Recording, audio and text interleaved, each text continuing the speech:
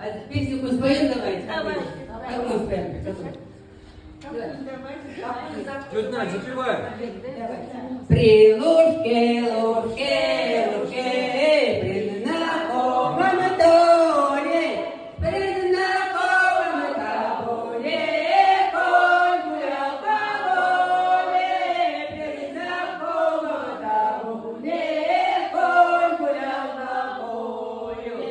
Ты ветряне, тебе конь, ты торопись, вольный белка Варвара, поле становится, вольный белка Варвара, поле становится, конь остановился, топнул копытами, чтобы вышла красная черными бровями, чтобы вышла красная черными бровями, не вышла красная, вышла ее мать.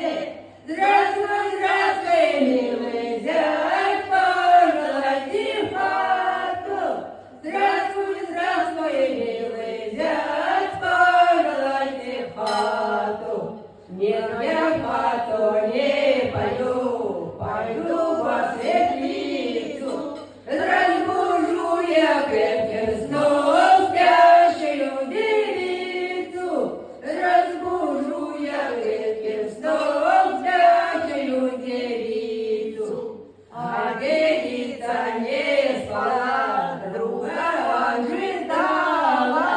Правой ручкой обняла, крепко целовала. Правой ручкой обняла, крепко целовала. А на утро все село узнала, как казачка казака крепко целовала, как казачка казака крепко